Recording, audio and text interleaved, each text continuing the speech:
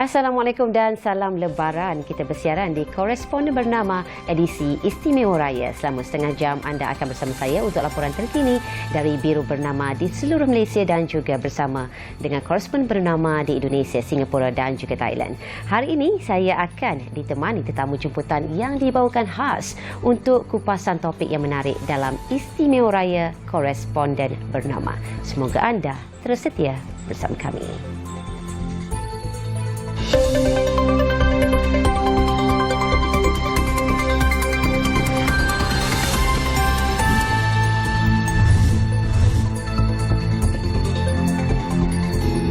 Budaya normal baharu akibat wabak pandemik COVID-19 memberi satu kesan yang amat besar kepada semua sektor termasuklah dalam industri hiburan tanah air. Namun, kita semua terpaksa mengikut cara-cara kehidupan normal baharu demi memutuskan penularan COVID-19. Sempena hari ini, di Hari Raya kelima, kita semua menyambut Hari Raya Aidilfitri. Kami menjemput tetamu istimewa untuk bersama-sama kongsi pengalaman dan cerita berhari raya dalam keadaan normal baharu di tahun 2020. Tapi sebelum itu, jom kita tengok dulu VT yang telah pun disediakan. Lagu raya ini saya tujukan buat semua penonton bernama. Sedih di pagi Syawal nan tiba, tersayang jauh di mata, terbayang gurau dan senda. Sedih diriku di perantauan, terkenang kampung halaman, keluarga rakan dan taulan. Aidilfitri setahun sekali, Aidilfitri ku masih merantau, Aidilfitri ku tak mampu pulang, air mata mengiringi takbir.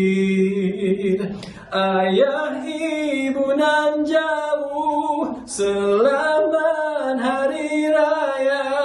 Ayah ibu nan jauh, ampun maaf dipinta.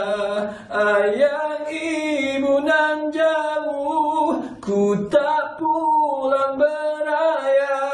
Ayah ibu nan jauh, dendang anak merantau. Selamat Hari Raya. Itu dia dendang anak merantau dan tadi kita dah tengok video yang kata apa, lagu menyentuh hati khasnya mereka yang tak dapat pulang ke kampung tahun ni disebabkan PKPB. Okey.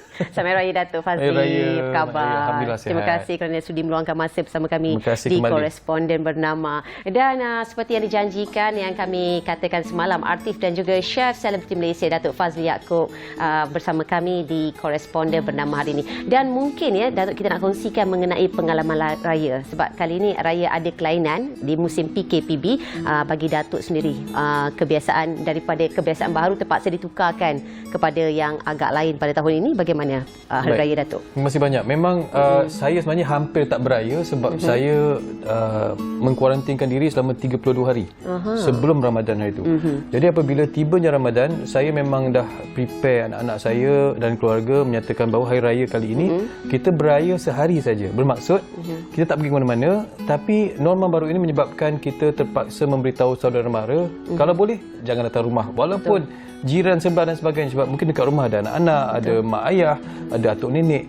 Jadi norma baru ini menyebabkan ramai ahli keluarga mungkin ada sedikit rasa tekanan walaupun seronok di Hari Raya, tapi mereka tak dapat keluar daripada rumah, tak dapat berhari raya di rumah kawan-kawan, saudara mara, dan hilang kemeriahan raya itu sendiri. Tapi saya menyatakan bahawa ini adalah peluang untuk kita semakin rapat dengan keluarga. Apabila kita rapat dengan keluarga, bermaksud mungkin sebelum ini sepanjang Ramadan kita sibuk dengan aktiviti luar, kita ada mungkin kerja-kerja tambahan, tapi sepanjang Ramadan kita bersama keluarga berterawih, dan apabila tibanya hari raya kita dapat makan bersama keluarga. Tapi bezanya kali ini kita akan bervideo call dengan saudara mara. Macam saya sendiri pun, apa yang saya buat Hari Raya pertama, duduk di meja makan dengan anak-anak, ada 4-5 smartphone yang dah standby untuk kita video call saudara mara, rakan dan taulan, dan kita makan di pagi hari raya bersama-sama dengan keluarga dalam bentuk video call. Memang agak unik lah, tapi itu sebenarnya menambahkan kelainan dan mungkin kita tak akan lupa tahun 2020 ada norma baru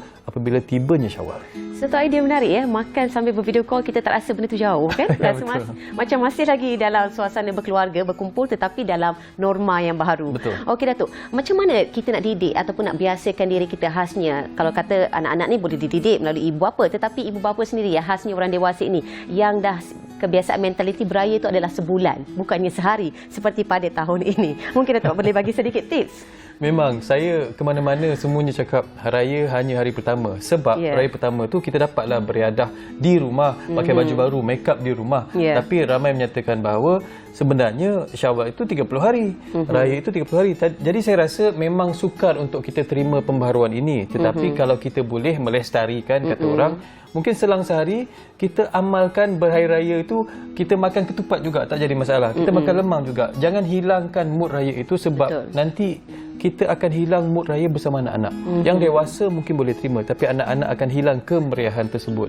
Jadi saya sering galakkan, saya kata walaupun ini norma baru, walaupun raya mungkin sehari, tapi jangan hilangkan kemeriahan bersama anak-anak. Apa yang saya buat untuk anak saya, dalam raya kedua, raya ketiga, saya bawa mereka naik van. Keliling Kuala Lumpur tanpa keluar. Jadi mereka pergi ke fast food, kita order fast food, makan dalam kereta, tengoklah langit, tengoklah pokok, tengoklah kereta. Jadi perasaan hari raya untuk anak-anak itu sangat penting pada saya. Walaupun mereka rasa macam mungkin raya sehari di rumah, tapi mereka dapatlah keluar dalam kereta walaupun tak keluar. Betul, orang kata cuci mata kan? Ya, saya. Okey Datuk, kita tinggalkan seketika cerita kita ni. Kita nak ke perkembangan berita di Sarawak bersama dengan Hamdan Ismail yang kini berada di talian Skype. Silakan Hamdan dengan perkembangan anda. Ya. Assalamualaikum. Waalaikumsalam. Selamat Hari Raya. Ya. Okey Hamdan, mungkin boleh kongsikan perkembangan berita di sana. Ya. Okey.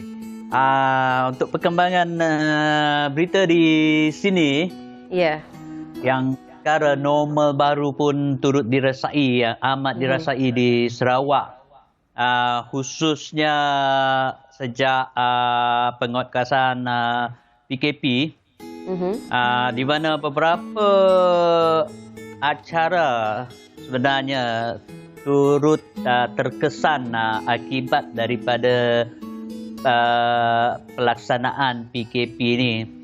Dan selain hari raya yang baru bermula Ahad lepas dan hari ini dah hari yang kelima, kan satu lagi perayaan di Sarawak yang akan berlangsung minggu depan setelah sambutan hari raya ni ialah apabila kaum Dayak di negeri ini akan menyambut perayaan Gawai yang akan bermula Isnin minggu depan. Sebagaimana perayaan-perayaan lain di negara kita, acara kunjung-mengunjung dan rumah terbuka sudah menjadi kelaziman setiap kali perayaan Gawai Dayak disambut di Sarawak. Di samping itu juga akan diadakan persembahan tarian seperti ngajat atau rejang ba'uh dan pertandingan-pertandingan tradisional seperti kumang Gawai atau ratu Gawai dan keling atau raja Gawai. Sementara para pengunjung biasanya akan disajikan juadah yang antara lain seperti manuk pansuh, penganan dan kuih kapit. Namun tahun ini kelaziman ini pastinya tidak dapat diteruskan. Kebimbangan tentang pandemik COVID-19 kini menjadi keutamaan dan kerajaan negeri menerusi Jawatankuasa Pengurusan Bencana Negeri telah mengumumkan bahawa ngabang Gawai, ni istilah bahasa Iban yang bermaksud kunjung-mengunjung semasa Gawai, tidak dibenarkan buat masa ini. Keputusan ini telah dibuat sebagai usaha untuk memutuskan rantaian penyebaran penyakit ini yang telah menyebabkan 17 kematian di negeri ini dengan jumlah kes keseluruhan sebanyak 552 setakat ini. Walaupun Sarawak telah berjaya meratakan lengkung jangkitan COVID-19 sejak kes pertama positif direkodkan 13 Mac lepas. Kebimbangan tentang kemungkinan ada gelombang baru jangkitan ini telah menyebabkan pihak berkuasa negeri ini belum dapat memberikan kelonggaran, khususnya semasa perayaan. Sebelum permulaan sambutan Hari Raya Aidilfitri ni lagi, Nurul, Datuk, Jawatankuasa Pengurusan Bencana Negeri ini telah menetapkan beberapa prosedur standard operasi atau SOP yang perlu dipatuhi semasa sambutan Aidilfitri. Yang antara lainnya macam larangan menziarahi pusara, menghadkan perhimpunan tidak lebih dari 20 orang, dan mengunjungi sanak saudara terdekat saja semasa hari raya pertama.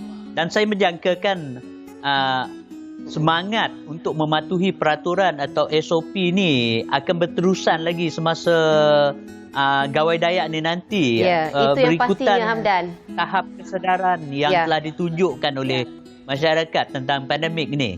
Okey, itu saya setuju. Terima kasih Hamdan di atas laporan itu tadi. Kita raya dalam suasana norma baharu, patuhi arahan kerajaan dan insya-Allah kita dapat memutuskan rangkaian COVID-19. Dan terima kasih sekali lagi Hamdan daripada Biro Sarawak, Datuk. Dan kita akan berhenti rehat seketika dan kembali selepas ini. Jangan ke mana-mana.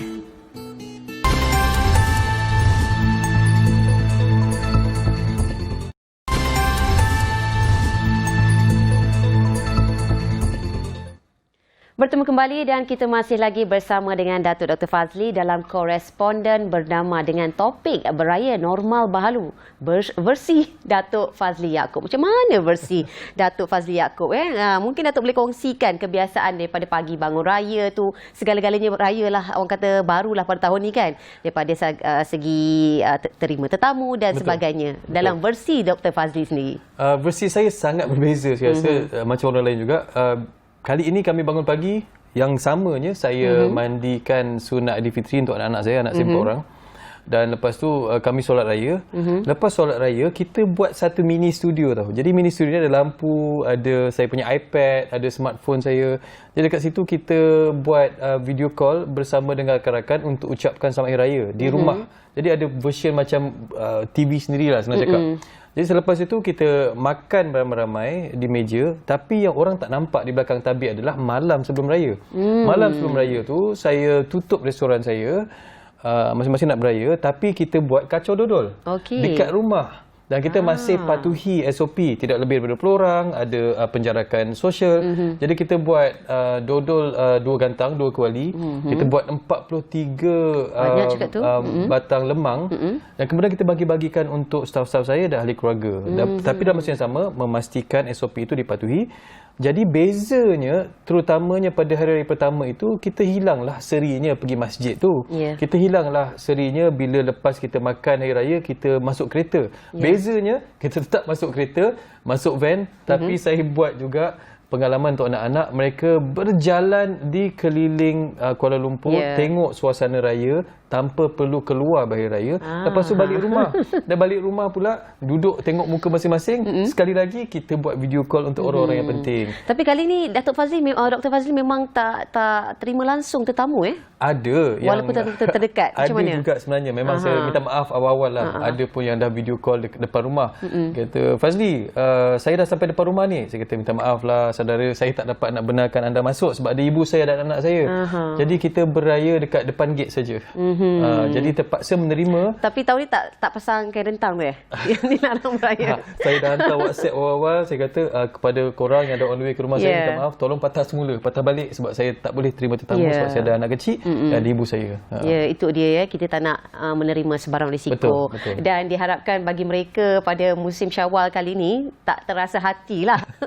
Okey, dan Datuk, bagaimana dengan aktiviti sepanjang PKP dengan PKPB kali ni? Nampaknya ada satu kelainan dari sisi Datuk yang kita tak tahu pun sebelum ni. Aktif TikTok nampaknya. Okey, Datuk, mungkin Datuk boleh kongsikan mengenainya. Yalah, saya dalam Instagram, saya dalam Facebook, Twitter dan terbaru TikTok lah. Saya rasa setiap platform media sosial itu sangat penting dalam era PKP ini, di mana kita perlu temui rakan-rakan, macam saya perlu temui follower-follower saya yang minat masakan, minat nyanyian. Jadi era TikTok tu baru bermula lah. Memang orang tak pernah tengok saya penari sebagai penari, tapi semasa saya di universiti memang saya penari kebudayaan. Dan saya berkahwin dengan seorang penari kebudayaan.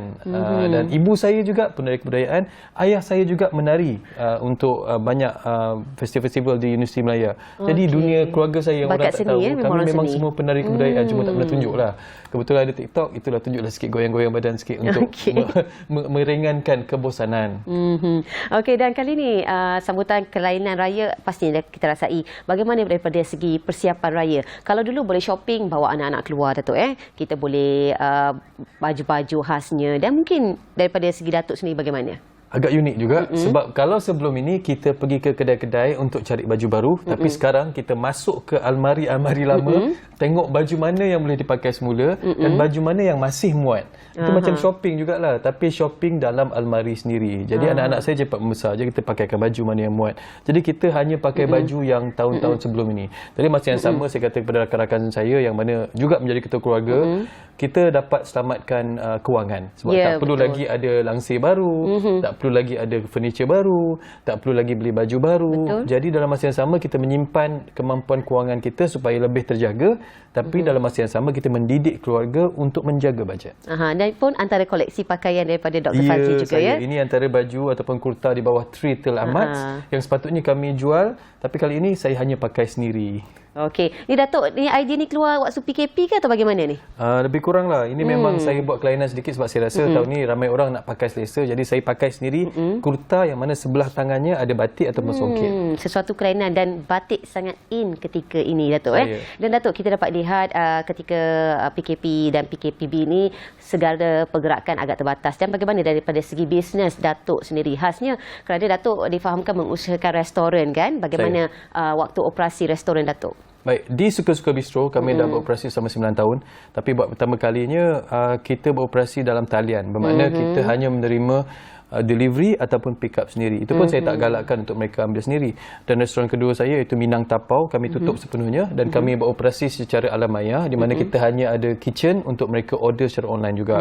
Dan walaupun kita ada PKPB yang mana membenarkan ramai tetamu dan juga pelanggan untuk duduk di dalam restoran, tapi saya untuk menjaga keselamatan pekerja, saya masih tak benarkan mereka makan di dalam restoran. Kita masih hanya buat delivery semata-mata untuk Suka-Suka Bistro dan juga Minang Tapau.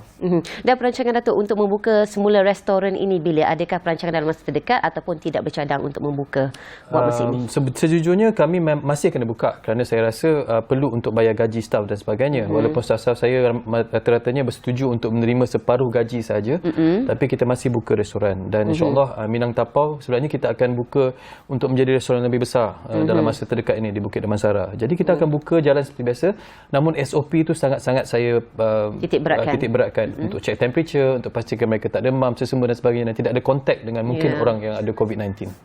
Okey Datuk, dan kalau tadi kita dah menyaksikan berita daripada Sarawak Datuk, dan kali ini kita nak beralih kepada berita di Terengganu mengenai cerita menarik yang menggabungkan kreativiti dan semangat untuk mengembalikan nostalgia kemeriahan Aidilfitri pada zaman dahulu, mendorong penduduk di beberapa kampung menghias halaman rumah dengan ratusan lampu pelita. Macam mana tu Datuk? Kita dah kembali kepada zaman-zaman kampung tu kan. Dan untuk laporan menarik mengenainya bersama dengan Kamaliza di talian. Silakan Kamaliza dengan laporan anda. Hello, selamat pagi Nurul. Selamat pagi, selamat raya. Selamat raya juga. Selamat raya juga untuk Datuk Fazli kita. Selamat raya Kamaliza. Okey, sebenarnya kalau kat Terengganu ni tradisi pasang pelita ni dah lama. Kalau ikutkan warga mas yang saya sempat jumpa, dia kata daripada tahun 60-an, 70-an dah banyak dah. Tapi zaman-zaman dulu dia tak adalah pelita macam kita sekarang. Dia pasang damar. Damar ni dia tempurung tinggi, dia susun dalam berpuluh-puluh lah, dalam 3 meter, 2 meter. Jadi tempurung ni dia akan nyalakan sampai pagi. Sebenarnya juga untuk memeriahkan lagi Aidilfitri, memang setiap tahun kerajaan negeri ada buat pertandingan. Dia panggil pertandingan pelita raya. Cuma yelah sebab musim COVID ni dengan PKPB yang untuk mengelak jangkitan ni, tahun ni terpaksalah dibatalkan pertandingan ni. Sebenarnya Nurul, pertandingan ni kalau dibuat memang beribu-ribu orang pelancong akan datang ambil gambar sebab memang cantik lah. Biasanya unik ada penduduk yang buat gergasi, ada buat ada buat gambar KLCC, ada yang buat gambar penyu, macam-macam kreatif dia punya usaha lah kan. Tapi untuk tahun ni tak ramai sangatlah yang buat macam tu sebab mungkin kekangan pergerakan tu nak pergi beli barang jadi limited sikit lah hasilnya. Tapi macam baru-baru ni saya sempat pergi ke Kampung Padang Hangus dengan Kampung Padang Air. Dua-dua kampung ni dekat area Tepoh. Dia panggil kat daerah Kuala Nerus lah. Kat sini masih ramai juga penduduk yang join pertandingan ni. Jadi antara yang saya seronok tengok tu sebab ada penduduk yang buat damar. Damar ni bukan semua rumah ada. Bukan semua penduduk yang join pertandingan ni akan buat damar sebab dia macam susah sikit. Kena effort tu, orang kata lebih seminggu macam tu baru boleh siap untuk pastikan perkarangan rumah ni terang benderang dengan pelita. Tapi bila saya jumpa owner dia tu, pemilik rumah tu, dia kata walaupun ramai yang nak singgah, walaupun ramai yang nak datang ambil gambar, tuan rumah terpaksa nasihat lah. Tak adalah orang kata boleh ambil gambar rapat-rapat, ramai-ramai tak boleh dah macam dulu. Masih kena kata ikut. Apa Kamaliza, kita hanya lihat daripada jauh saja, patuhi arahan PKPB, itu yang pastinya ya. Okey, terima kasih Kamaliza atas laporan anda itu tadi. Apapun raya tetap meriah di Terengganu walaupun kita tetap mematuhi beberapa aturan yang telah pun ditetapkan oleh pihak kerajaan kita, Datuk ya. Dan apapun kita akan berhenti rehat seketika sekali lagi dan kembali selepas ini.